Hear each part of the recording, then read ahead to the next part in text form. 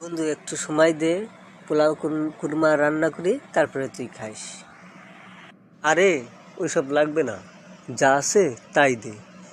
এই খাইলি আমার হবে, পেটে অনেক ক্ষুধা লাগছে, তাড়াতাড়ি যা আছে তা এনে দে। পচা বাতান বাসি, তাড়াতাড়ি তরকারি আন। ভাব মনে হয় ভালো না রে, পরিস্থিতিটা খারাপ যাইতেছে। থাক দোস্ত, আমি খাবো না। এত কষ্ট করে শহর থেকে গ্রামে আসছো, তোমাকে না খাই এত সহজে ছাড়বো? তোমাকে কিছু খেতেই হবে।